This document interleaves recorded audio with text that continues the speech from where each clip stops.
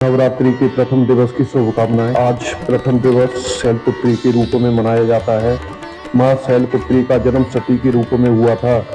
जब सती ने अपने पति भगवान शिव का अपमान सहन न कर पाने के कारण यज्ञ कुंड में स्वयं को अग्नि को समर्पित कर दिया, तब वे अगले जन्म में हिमालय की पुत्री पार्वती के रूप में प्रकट हुई।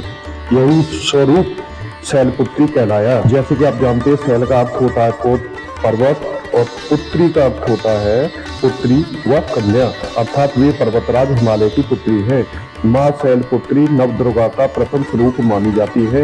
नवरात्रि के पहले दिन इनकी पूजा की जाती है। इनका स्वरूप किस प्रकार का है, इसके बारे में भी आपको बता देते हैं। इनके दाहिने हाथ में त्रिशूल और बाएं हाथ में कमल पुष्प रहता है। ये नंदी बैल वृषभ पर सवार होती है।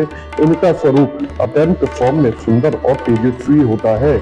इनकी पूजा से साधक का मन स्थिर रहता है। यह स्वरूप मूलधार चक्र से संबंधित है। भक्त को भक्ति, साहस और धैर्य प्रदान करती है। पूजन के समय प्रचलित मंत्र है ओम देवी शैलपुत्री। नवरात्रि में माता की पूजा किस प्रकार करनी है, इसका भी मैं आपको तरीका बता देता हूँ।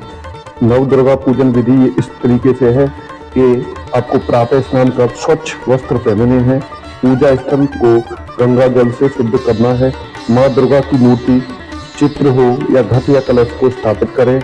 व्रत व पूजा का संकल्प लें। दूसरा है कलश स्थापना किस प्रकार करनी है। मिट्टी के पत्र में जौ या गेहूं बोए, उस पर जल से भरा कलश रखें और ऊपर नारियल व आम के पत्ते सजाएं। कलश पर वास्तविक बनाकर दुर्गा का आह्वान करें। माँ दुर्गा का पूजन किस प्रकार किया जाता है। माँ दुर्गा के समक्ष दीपक जलाएं, रोली, चावल, अक्षत, पुष्प, दुर्वा अर्पित करें। लाल वस्त्र, चूड़ियां, सिंदूर, श्रृंगार सामग्री भी चढ़ाएं।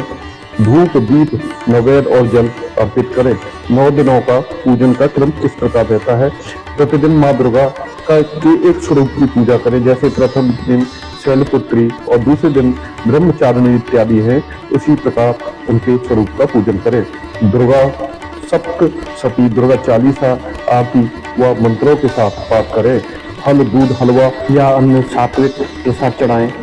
2 से 9 वर्ष की कन्याओं को आमंत्रित कर उनके चरण धोएं।